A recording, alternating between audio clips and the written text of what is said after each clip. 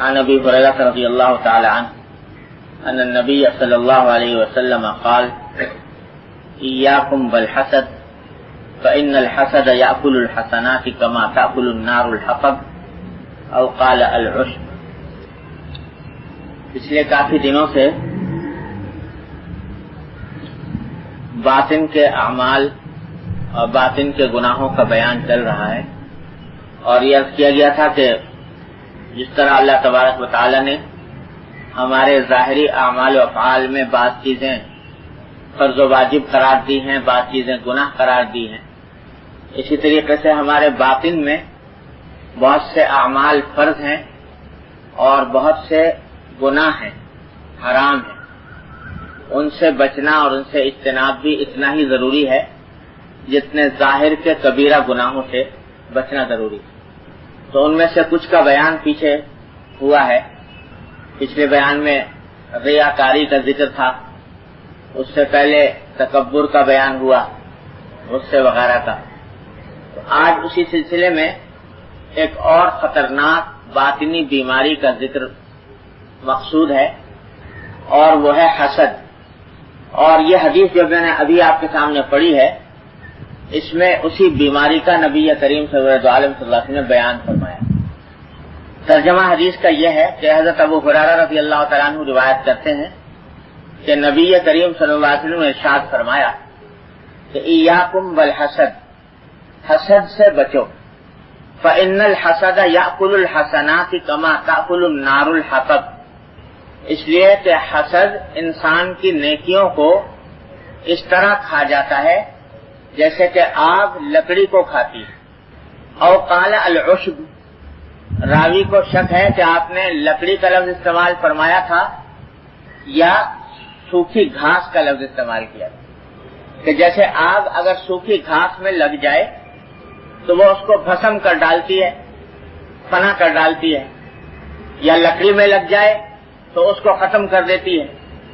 اسی طرح اگر کسی شخص میں حسد کی بیماری ہو تو وہ اس کی نیکیوں کو کھا جاتی ہے، جس طرح لکڑی کو آگ کھا جاتی ہے. اور تشبیہ جو لکڑی کے سے دی کہ آگ لکڑی کو کھاتی ہے، تو اس سے اشارہ اس بات کی طرف ہے کہ ایک تو ہوتی ہے بعض اوقات کوئی بہت بڑی آگ لگ گئی اور منٹوں میں اس نے سب کچھ ختم کر دیا، اور ایک ایسی ہوتی ہے کہ ہلکے ہلکے سلگتی رہتی ہے. لکڑی میں اگر آگ تھوڑی سی لگائی جائے تو ایک دم سے ساری لکڑی کو ختم نہیں کرے گی، سلگتی رہے گی اور تھوڑا تھوڑا کر کے اس کو کھاتی چلی جائے گی یہاں تک کہ ساری لکڑی فنا ہو جائے گی، ختم ہو جائے گی، راکھ بن جائے گی. تو اسی طرح حسد جو ہے یہ ایسی بیماری ہے، یہ ایسی آگ ہے جو رفتہ رفتہ انسان کو پتہ بھی نہیں ہوتا اور وہ بھڑکتی چلی جاتی ہے اور اس کی نیکیوں کو فنا کر ڈالتی ہے. کہ جیسے ایک ہلکی سی آگ اگر لگ جائے تو پتہ نہیں لگتا، معلوم ہوتا ہے اسی جگہ پر ہے، لیکن رفتہ رفتہ وہ بڑھ رہی ہے. اسی طرح حسد کی آگ جب لگ گئی نیکیوں کو تو انسان کو پتہ بھی نہیں چلتا کہ میری نیکیاں ختم ہو رہی ہیں، اور رفتہ رفتہ ختم ہو جاتی، پتہ بھی نہیں چلتا. اس لیے حضور اقدس نبی کریم سرور دو عالم صلی اللہ علیہ وسلم نے فرمایا کہ ایاکم بالحسد، حسد سے بچو. اب یہ اتنی خطرناک بیماری حضور اقدس صلی اللہ علیہ وسلم نے بیان فرمائی اور اس سے بچنے کی تاکید فرمائی. لیکن اگر ہم اپنے معاشرے پر اور ماحول پر نظر دوڑا کر دیکھیں تو یہ حسد کی بیماری چھائی ہوئی ہے معاشرے کے اندر، اور بہت کم اللہ کے بندے ایسے ہیں جو اس بیماری سے پاک ہو. کسی نہ کسی درجے میں، کسی نہ کسی مرتبے میں حسد کا گزر دل میں ہو جاتا ہے، اور بچنا اس سے فرض ہے. اس سے بچے بغیر گزارا نہیں، بچنا فرض ہے. لیکن خیال بھی نہیں آتا اور دھیان بھی نہیں جاتا کہ ہم اس بیماری میں مبتلا ہیں. اس لیے اس کی طرف بڑے اہتمام کی ضرورت ہے. پہلے تو یہ سمجھیے کہ حسد ہوتا کیا ہے، پھر یہ کہ اس کے اسباب کیا ہوتے ہیں اور اس کا علاج کیا ہے. یہ تین باتیں آج کی بیان کا موضوع ہیں: حسد کی حقیقت، اس کی قسمیں اور اس کا اسباب اور اس کا علاج. اللہ تعالیٰ اپنی رحمت سے اس بیماری کو، اس بیان کو ہمارے دلوں سے اس بیماری کے ختم کرنے کا ذریعہ بنا دے. تو حسد کی حقیقت تو یہ ہے کہ ایک شخص کسی دوسرے کو دیکھا کہ اس کو کوئی نعمت ملی ہوئی ہے، دنیا کی ہو یا دین کی، اس نعمت کو اس کے پاس دیکھ کر دل میں جلن پیدا ہو کہ یہ اس کو کیوں مل گئی، اور دل میں یہ خواہش ہو کہ یہ نعمت اس سے چھن جائے تو اچھا ہے. یہ بیماری ہوتی ہے حسد. اللہ تبارک و تعالیٰ نے اپنے کسی بندے کو نعمت عطا فرمائی، مال دولت دیا فرض کرو، یا کسی کو صحت دی، کسی کو شہرت دی، کسی کو عزت دی، کسی کو علم دیا. اب دل میں یہ خیال پیدا ہو رہا ہے کہ یہ نعمت اس کو کیوں مل گئی اور اس سے چھن جائے تو بہتر ہے. اس کے خلاف اگر کوئی بات سامنے آئے تو اس سے دل خوش ہوتا ہے، اور اگر اس کی ترقی سامنے آئے تو اس سے دل میں رنج پیدا ہوتا ہے، افسوس ہوتا ہے کہ یہ کیوں آگے بڑھ گئے. اس کا نام ہے حسد. تو اگر دیکھو غور سے تو پتہ چلے گا کہ حسد کی حقیقت یہ ہے کہ اللہ تبارک و تعالیٰ کی تقدیر پر اعتراض ہے. اللہ نے یہ نعمت اس کو کیوں دی، یہ اعتراض ہے کہ اللہ تعالیٰ نے اس کو کیوں دی. تو یہ در حقیقت اللہ تبارک و تعالیٰ کی تقدیر پر، اللہ تبارک و تعالیٰ کے فیصلے پر اعتراض ہے. اسی لیے اس کی سنگینی اور خطرناکی بہت زیادہ ہے کہ اللہ کے اوپر اعتراض کرتا ہے، اللہ تعالیٰ پر، خالق کے اوپر، قادر مطلق پر اعتراض کر رہا ہے، اپنے محسن اور منعم پر اعتراض کر رہا ہے. اور ہوتا یہ ہے فکر کہ وہ نعمت اس سے کسی طرح چھین جائے. اب اس کے درجات مختلف ہوتے ہیں حسد کے، لیکن بنیادی بات اس میں یہ ہے کہ دوسرے کی نعمت سے رنجیدہ ہونا، اس کو کیوں ملی. یہاں ایک بات یہ سمجھ لیجئے کہ بعض اوقات ایسا ہوتا ہے کہ دوسرے کو ایک نعمت ملی تو دل میں یہ خیال پیدا ہوتا ہے کہ مجھے بھی مل جائے تو اچھا ہے. اس کو مل گئی، چلو مل گئی، لیکن مجھے بھی مل جائے تو اچھا ہے. اس کی خواہش پیدا ہوتی ہے کہ جیسی نعمت اس کو ملی ویسے مجھے مل جائے. اس کا نام حسد نہیں، یہ حسد نہیں، اس کو رشک کہتے ہیں. عربی میں غبطہ کہا جاتا ہے، اور بعض مرتبہ عربی زبان میں اس کے اوپر بھی لفظ حسد کا اطلاق ہو جاتا کر دیا گیا ہے، لیکن حقیقت میں یہ حسد نہیں ہے. یعنی اگر یہ دل میں خیال پیدا ہوا بھائی جیسا اس کا مکان آرام دہ، میرا مکان بھی ایسے ہی آرام دہ ہو جائے، تو یہ کوئی حسد نہیں، یہ رشک نہیں، اس میں کوئی گناہ نہیں. جیسی ملازمت اس کو ملی ہوئی ہے مجھے بھی مل جائے، جیسا علم اللہ تعالیٰ نے اس کو دیا مجھے بھی عطا فرما دے، یہ رشک ہے، یہ حسد نہیں ہے، اس کے اوپر کوئی گناہ نہیں. حسد اس وقت بنتا ہے جب اس کی نعمت کے زائل ہونے کا خیال دل میں پیدا ہو کہ وہ نعمت اس کی چھن جائے تو اچھا ہے. اب اس کے 3 درجے ہوتے ہیں. ایک درجہ تو یہ ہوتا ہے کہ آدمی یہ سوچتا ہے کہ وہ نعمت جو اس کو ملی وہ ملنا اس کو ناگوار ہو رہا ہے، اور یہ فکر ہے کہ اس سے چھن جائے مجھے مل جائے، اس سے چھن جائے مجھے مل جائے. تو اس کے چھننے کا پہلے قدم پر یہ خواہش ہے کہ اس سے چھنے، اور دوسرے قدم پر یہ ہے کہ مجھ کو ملے. تو یہ حسد کا ایک درجہ یہ ہے. ایک درجہ یہ ہوتا ہے کہ مجھے ملے، اگر اس کے رہتے ہوئے مل جائے تو بہت اچھا، اور اگر اس کے رہتے ہوئے نہیں مل سکتی تو اس سے چھن جائے پھر مجھے مل جائے. یہ بھی حسد ہے. اور سب سے خبیث ترین، ذلیل ترین، رذیل ترین قسم حسد کی یہ ہے کہ مجھے ملے یا نہ ملے اس سے چھن جائے. مجھے ملے یا نہ ملے لیکن اس سے چھن جائے کسی طرح، اس کے پاس نہ رہے، تاکہ اس کا جو امتیاز ایک پیدا ہوا ہے اس نعمت کی وجہ سے، اس کو جو مقام ملا ہے اس مقام سے وہ محروم ہو جائے. پھر مجھے یہ ملے نہ ملے مجھے اس سے بحث. یہ سب سے ذلیل، سب سے خبیث اور سب سے رذیل قسم ہے حسد کی، اور سب سے زیادہ خطرناک ہے، سب سے بڑا گناہ. اللہ تعالیٰ محفوظ رکھے. تو یہ جو کہتے ہیں بزرگوں نے کہا کہ سب سے پہلے حسد کرنے والا کون ہے؟ ابلیس، شیطان. اس واسطے کہ جب اللہ تبارک و تعالیٰ نے آدم علیہ السلام کو پیدا کیا اور اعلان فرمایا کہ اس کو میں زمین کی خلافت عطا کروں گا، زمین کا خلیفہ بنا، زمین میں اس کو اپنا خلیفہ بناؤں گا، اور فرشتوں سے کہا کہ سجدہ کرو، تو ایک اعلیٰ مقام بخشا آدم علیہ السلام. بس یہ شیطان جل گیا، اور وہ یہ کہ میں یہ کام نہیں کروں گا، اس واسطے کہ یہ مجھے مرتبہ نہ ملا، اس کو مل گیا. تو سب سے پہلے حسد کرنے والا ابلیس ہے، شیطان ہے. تکبر کرنے والا سب سے پہلے وہ اور حسد کرنے والا. تو یہ حسد کی اعلیٰ سب سے سنگین قسم یہ ہوتی ہے کہ دوسرے سے چھن جائے. اور اسی حسد کا ایک لازمی نتیجہ یہ ہوتا ہے کہ اگر جس سے حسد کیا جا رہا ہے اس کو کوئی تکلیف پہنچ جائے یا اس کو کوئی رنج پہنچ جائے، کوئی غم پہنچ جائے، تو یہ حسد کرنے والا خوش ہوتا ہے کہ بڑا اچھا ہوا، اس سے خوش ہوتا ہے، اس کی تکلیف سے خوش ہوتا ہے، ترقی سے رنج کرتا ہے اور تکلیف سے خوش ہوتا ہے. تکلیف سے خوش ہونے کو کہتے ہیں شماتت عربی زبان میں. دوسرے کے رنج سے، دوسرے کی تکلیف سے آدمی خوش ہو تو اس کو شماتت کہتے ہیں. یہ بھی حسد کی ایک قسم ہوتی ہے. تو حسد کی حقیقت یہ ہے کہ دوسرے کی نعمت کے زائل ہونے کی فکر کرنا، خواہش کرنا اور یہ دل میں تمنا کرنا کہ اس سے یہ نعمت چھن جائے.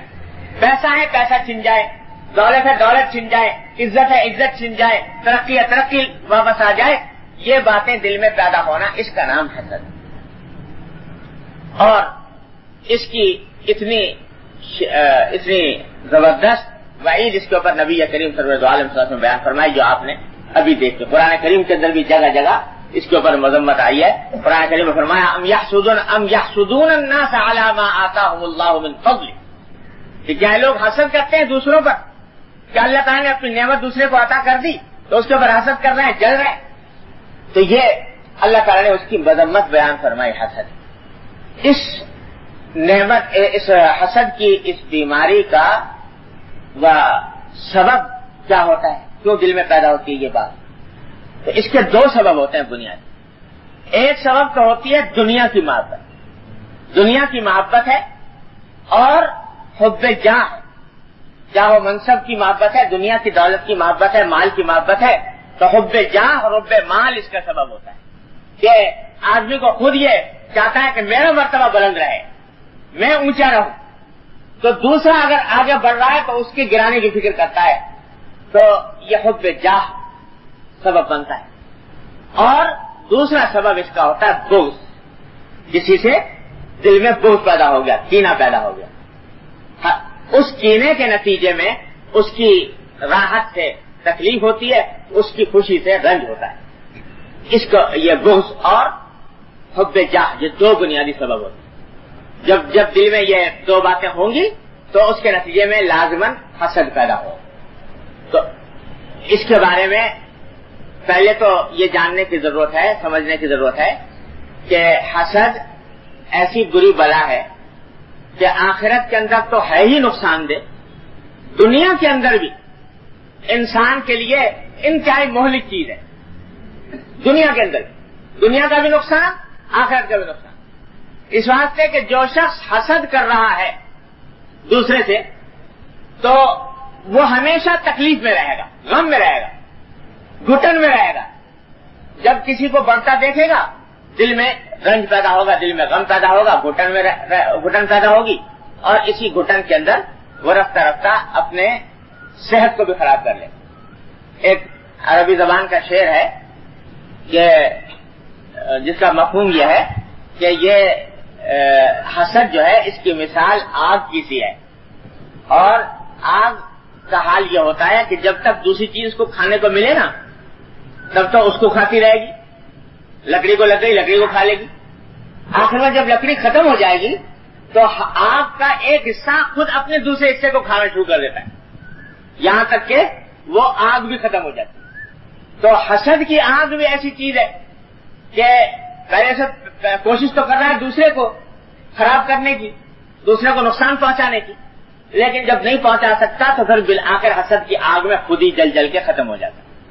تو دنیا کے اندر بھی اس کا نقصان. علاج اس کا کہ حسد اگر دل میں پیدا ہو جائے تو اس کا علاج کیا ہے, کس طریقے سے اس بلا سے بچا جائے. تو بھائی اس کا علاج سب سے پہلا تو یہ ہے کہ اس بات کا تصور کرے کہ اللہ تبارک و تعالی نے اس کائنات میں انسانوں کو اپنی خاص حکمت اور مصلحت سے نعمتوں کی تقسیم فرمائی. کسی کو کوئی نعمت دے دی, کسی کو کوئی نعمت دے دی. اللہ تبارک و تعالی نے اپنی خاص حکمت اور مصلحت سے یہ چیز مقرر فرمائی ہے جو فلاں چیز کو فلاں شخص کو فلاں چیز دینی اور فلاں شخص کو فلاں چیز دینی. اور اس دنیا میں کوئی انسان ایسا نہیں ہے جس کو کوئی نہ کوئی نعمت میسر نہ ہو اور کسی نہ کسی تکلیف میں نہ ہو. اللہ تبارک و تعالی نے 3 عالم پیدا فرمائے ہیں اس کائنات میں. ایک عالم وہ ہے جس میں نعمتیں ہی نعمتیں ہیں, تکلیف کا گزر نہیں, رنج اور غم کا گزر نہیں, اور وہ ہے جنت کا عالم. اس میں اللہ تبارک و تعالیٰ اپنی رحمت سے پہنچا دے تو غم اور تکلیف کا کہیں گزر نہیں, کوئی شائبہ نہیں, راحت ہی راحت, آرام ہی آرام, نعمت ہی نعمت. اور ایک اس کے مقابل میں اللہ بچائے دوسرا عالم ہے جس میں تکلیف ہی تکلیف, غم ہی غم, صدمہ ہی صدمہ, راحت کا نام نہیں, خوشی کا گزر نہیں, وہ ہے جہنم. اور تیسرا عالم ایسا پیدا فرمایا جو مرکب ہے دونوں سے, اس میں خوشی بھی ہے, غم بھی ہے, راحت بھی ہے, تکلیف بھی ہے, دونوں ہی چیزیں. اور وہ ہے یہ دنیا جس میں ہم اور آپ جی رہے ہیں. اس میں کوئی انسان دنیا کے روئے زمین پر آپ کو ایسا نہیں ملے گا جو یہ کہے کہ ساری عمر مجھے کبھی کوئی تکلیف نہیں پیش آئی. اس میں راحتیں ملیں گی تو ساتھ ساتھ تکلیف بھی ہوگی. اس میں آرام ملے گا تو اس میں ساتھ ساتھ کچھ نہ کچھ رنج اور غم کبھی حصہ لگا رہے گا. کوئی انسان اس دنیا میں ایسا نہیں جس کو راحت ہی راحت ہو, تکلیف نہ ہو. کوئی انسان ایسا نہیں جس کو تکلیف ہی تکلیف ہو, راحت نہ ہو.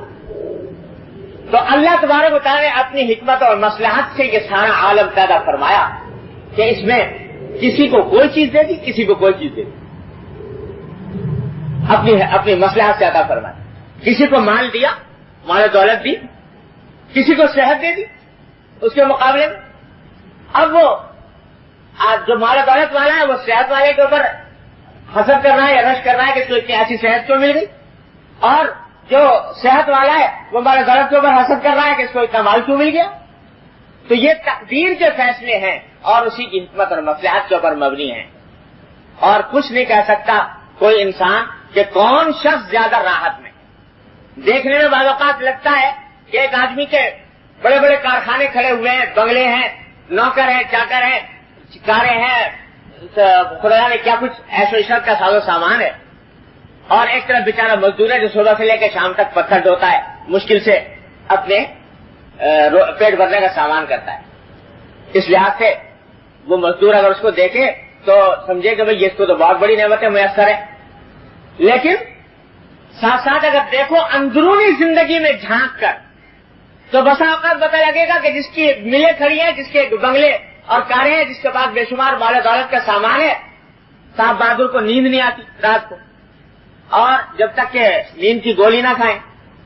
کھانے انواع اقسام کے چنے ہوئے دسترخوان کے اوپر, لیکن معدہ اتنا خراب ہے کہ ایک سیکنڈ غذا کو بھی قبول کرنے کے لیے تیار نہیں ہے.